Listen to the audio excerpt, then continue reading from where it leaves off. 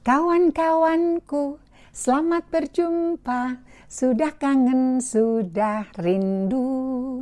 Kali ini, hari ini, ayo kita ngobrol lagi. Assalamualaikum warahmatullahi wabarakatuh. Bapak, Ibu, sesemuanya, anak-anak Mama. Episode kali ini Mama Ira mau curhat. Mau menunjukkan rasa kekesalan dan kekecewaan Mama Ira dan keluarga terhadap perilaku seseorang yang telah membuat hati kami marah sekali. Kesel. Sampai sekarang saya masih teringat dan terngiang-ngiang ya perkataannya orang itu. Jadi ceritanya begini.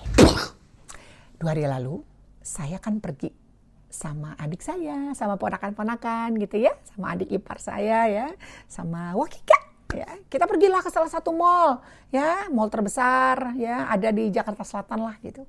Terus kita pergi, terus kita duduk nih ceritanya di satu tempat mau makan es krim gitu ya, bukan di restoran, di tempat terbuka gitu ya. Oh iya, kita ambil 2 meja, mejanya saling berdampingan, ya kan, ya paling ada 4 bangku kali 2, ya 8 bangku lah, kecil-kecil gitu ya. Terus kita duduk nih ceritanya, weh asik, lagi seru-seruan, wah, lagi seru-seru banget, lagi cerita, lagi makan ini itu. Habis ketawa-ketawa segala macam ini itu, satu baris di mejanya adik saya, satu baris itu ada satu bangku yang terisi dengan tas ransel adik saya. Ya, artinya di atas meja itu, meja adik saya itu penuh dengan barang-barang kita juga dan segala macam ini itu. Gak ada angin, gak ada hujan dong, sis. Tahu apa yang terjadi? Tiba-tiba datang seorang perempuan dengan seorang laki-laki, ya, sambil makan tahu goreng. Terus dia ngomong begini, ini mejanya kosong nggak? Terus kita nengok, kan kita lagi ngobrol, ada pada depan. Terus kita nengok, Anda siapa ya dalam hati saya gitu. Ngomongnya gitu, ini meja kosong nggak? Terus adik saya bilang, adik ipar saya bilang, oh ya boleh silakan gitu. Maksudnya, satu baris itu kalian boleh ngambil bangku, duduklah berdua ya. Hah? Ya nggak sih? Kan mejanya kan terbatas ya. Oke, kita berbagi yuk gitu maksudnya. Ya oke. Di meja itu ada tas-tas, ada apa segala macam. Karena ransel adik ipar saya ada di bangku itu, perempuan itu ngomong gini. Nih, masih ada tasnya di atas bangku. Gitu. Ngomong gitu sama kita. Itu rasanya ya. Pengen diuel-uel tau gak sama Mama Ira kan? Gak ada tata caranya, gak ada bilang permisi atau menanyakan dulu boleh tidak bersama. Enggak, mereka makan aja gitu, tahu berdua. Terus cowoknya diam aja, terus cewek ini mendominasi gitu. Terus adik saya inisiatif langsung, oh iya, langsung ambil gitu adik ipar saya. Ambil, tapi sambil lihat gitu, karena kita udah emosi jiwa. Ini orang kok gak tahu tata cara, gak tahu kesopanan dia. Akhirnya dia duduk gitu aja. Saya memutuskan untuk let's go, kita angkat kaki dari sini. Akhirnya kita pergi meninggalkan tempat itu dengan rasa dongkol yang luar biasa. Saya sama adik saya langsung ngeliatin orang itu kan. Istighfar, sabar, astagfirullah. Karena kepala saya sudah berasap hadirin ya kan. Ini salah satu contoh di mana ya banyak sekali orang-orang, mohon maaf, saya sampaikan dengan segala hormat. Banyak sekali orang-orang yang sudah lupa bagaimana beretika di tempat umum. Ya, tidak ada ucapan permisi atau mohon maaf, apa segala macam. Langsung bertindak seperti itu. Buat kami itu tidak sopan. Ya, yang saya mau garis bawahi adalah, oke lah dengan mimik wajahnya dan bagaimana caranya dia bicara. Yang bikin saya lebih marah lagi adalah setelah kita kasih tempat duduk, kita berangkat bangun dari itu, tidak ada ucapan terima kasih. Saya garis bawahi.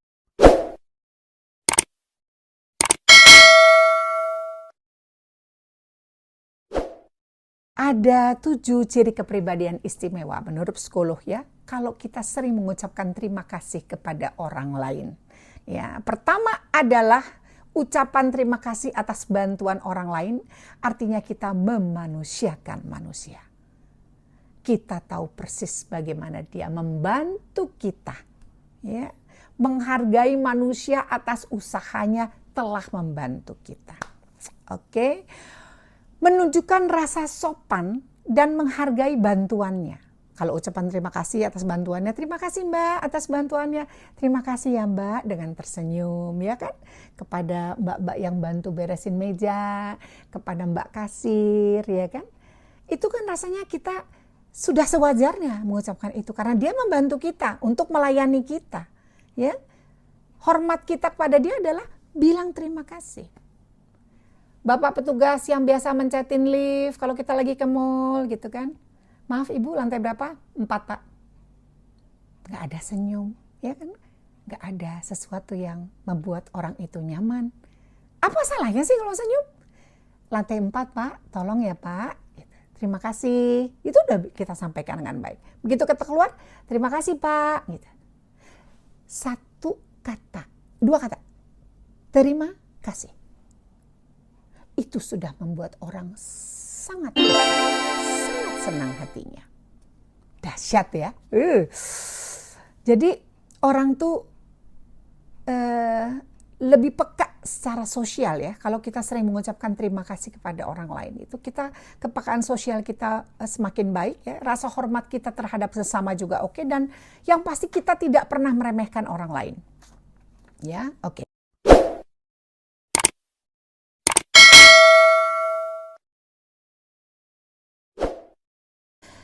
Punya rasa empati tinggi, memposisikan diri kita sebagai mereka, put our shoe on their shoe. Kita kerja sebagai kasir, udah capek kerja 8 jam dari pagi siang, alhamdulillah rame nih outletnya, tokonya ya, pop up store-nya rame. Terima kasih, lama-lama dari awal senyum, lama-lama capek. Gak ada lagi ucapan terima kasih Pak, terima kasih Bu, atau bisa dibantu Pak, mau pesan apa, udah gak ada. Pesan apa Pak? Oke. Ya Pak, mau total ini, pakai grace apa mau pakai, kan gitu. Jadi sudah menunjukkan rasa apa? Lelahnya mungkin. Atau pelayan itu yang membersihkan cuman ya udah seadanya aja, sebersihnya aja yang kelihatan, padahal tidak seperti apa yang kita harapkan. Apalagi banyak sekali lah ya. Tapi kita tuh perlu memiliki rasa empati yang tinggi. Oke? Posisikan diri kita sebagai mereka capek, mereka lelah gitu. Ya sabar-sabarlah ya. Kalau yang namanya orang kerja di mana-mana capek. Anggaplah kalau dia tidak bisa memberikan pelayanan yang bagus. Misalnya ya, ilustrasi adalah seorang pelayan kepada kita di sebuah restoran ya. Ya sudahlah ya. Mungkin dia sudah terlalu lelah ya, terlalu capek. Tapi dia sudah berusaha untuk melayani kita dengan baik. Jangan pernah merasa kita lebih tinggi daripada mereka. Halo. Kita di mata Tuhan sama, tidak ada berbeda. Yang membedakan kita adalah selain laki dan perempuan, mungkin keberadaan kita, status sosial misalnya. Salah satu contoh. Tapi kita tetap seorang manusia. Jangan kita ambil memposisikan diri bahwa oh kita adalah orang yang lebih kaya daripada dia. Atau kita adalah orang yang lebih daripada dia. Ya, orang itu gak ada apa-apanya dibandingin kita. Jangan. Oke? Setiap orang berhak untuk dihargai. Ya? Tidak peduli latar belakangnya. Apakah dia seorang CEO? Apakah hanya dia seorang supir? Apakah dia seorang direktur? Mereka harus tahu bagaimana cara mengucap terima kasih. Tidak peduli kepada siapapun. Agak galak Mami hari ini.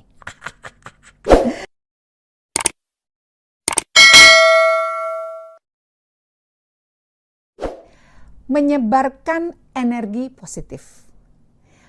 Jika kita rutin mengucapkan terima kasih kepada orang lain, kita membuat orang lain senang kan? Senang kan? Karena kita pun juga merasa senang kan? Ya, itu sangat bagus sekali. Ya, suasana itu jadi lebih menyenangkan, lebih hidup. Kita pasti happy kalau kita bisa membahagiakan orang lain. Ya, salah satu cara adalah tebarkan energi positif.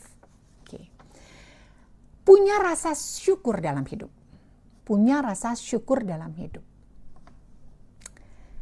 sangat utama ya dalam hidup kita. Saya pun melakukan itu. Bersyukur senantiasa. Alhamdulillah wa syukurillah. Kita masih dikasih sehat. Kita masih dikasih rumah. Ya, kita tidak kehujanan, tidak kepanasan. Ya, setiap kali, sekecil apapun kita selalu bersyukur. Nikmati makanan kita hari ini. Kita nikmati apa yang menjadi rezeki kita dalam segala bentuk ya. Rezeki tidak harus selalu uang kan. Pertemuan kita dengan orang lain, kita sudah bisa tersenyum bahagiakan orang lain mendoakan kita, ya itu rezeki. Makanya kita harus selalu bersyukur, ya. Lebih bahagia pasti, lebih bahagia, lebih sabar kalau kita sering bersyukur, kuat hadapi tantangan hidup gitu ya. Karena apa? Karena kita tahu cara menemukan kebaikan di tengah kesulitan. Berikutnya, rendah hati dan mudah berterima kasih. Rendah hati. Jangan jadi orang sombong. Orang sombong gak ada temannya. Ya, gak ada yang mau dekat sama orang-orang sombong. Dan mudah ucapkan terima kasih. Terima kasih Bapak, terima kasih Ibu, terima kasih Mbak. Gitu. Antar minum, terima kasih Mas. Anterin makanan, terima kasih ya Mas. Tatap wajahnya. Ucapkan terima kasih. Mudahkan mulut kita untuk mengucapkan terima kasih. Ya. Sadar segala pencapaian itu butuh perjuangan dan dukungan banyak orang. Salah satu bentuk manifestasi rendah hati. Berterima kasih secara spontan karena bantuan sekecil apapun patut dihargai. Ya. Last but not least, punya keterbukaan sosial. Ya. Kalau kita mengucapkan terima kasih dari hati yang paling dalam, ikhlas, ya, diucapkan secara konsisten, gitu, menunjukkan bahwa orang tuh nyaman berinteraksi dengan kita.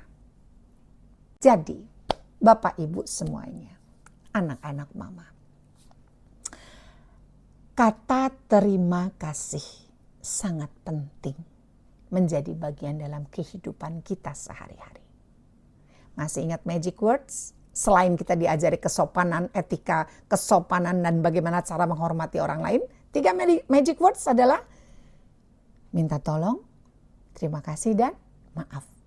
Ya, ingat itu ya. Kita kasih tahu kepada yang lain. Kasih tahu ke anak-anak kita. Ya, jangan pernah lupa itu. Biar apa? Biar kita bisa memanusiakan manusia. Agar kita bisa merasakan bahwa setiap orang melakukan apapun untuk orang lain. Kita kan gak sendiri. Tarzan aja selalu ada temennya Jenny. Sampai ketemu besok. Terima kasih semuanya. Wassalamualaikum warahmatullahi wabarakatuh. Irama Sofaril, because this is real. Ah,